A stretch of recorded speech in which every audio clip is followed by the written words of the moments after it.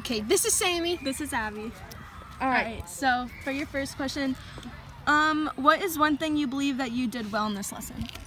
I think what I did really well was the launch, like taking the time and like helping them build that background knowledge and helping them unpack the problem and just really think about what the problem was asking. Multiple times I asked them, what do we already know and what are we trying to figure out? And I really think that helped from the first lesson that I taught. I didn't really make sure that they understood that before we started, and the students kind of struggled.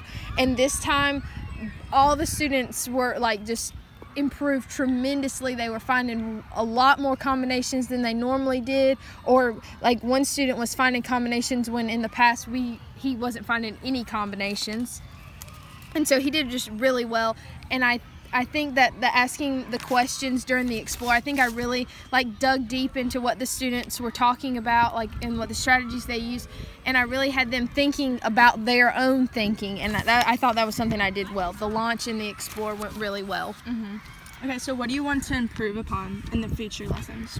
In the future lessons, the last 2 lessons I have not gotten to the discuss.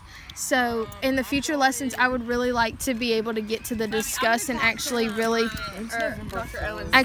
participate and get the students to participate in the discuss and make it that far so we can actually sit down and talk about everybody's strategies. That's what I would really like to improve on in the future.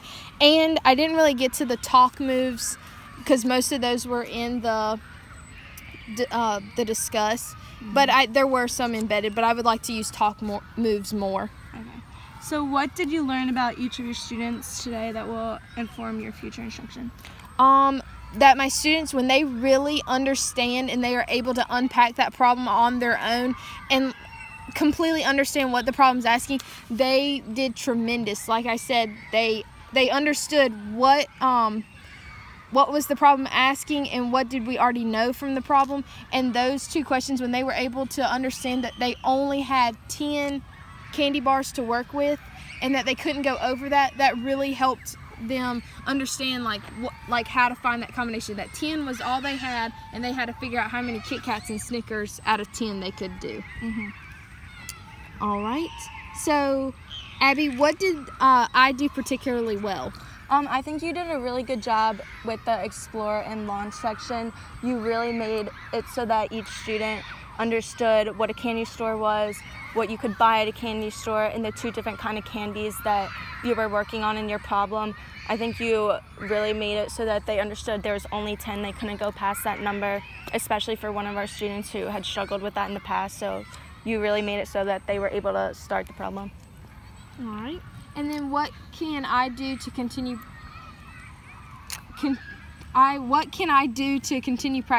practicing doing? I think just making, like you said, like getting to that discuss and making sure you're asking those questions, even if you can't get through it in the discuss, bringing them up during the lesson so that, like, if you realize that you didn't have enough time, maybe just incorporating those in the earlier parts of the lesson. But that's really it. All right. Thank you. Thank you.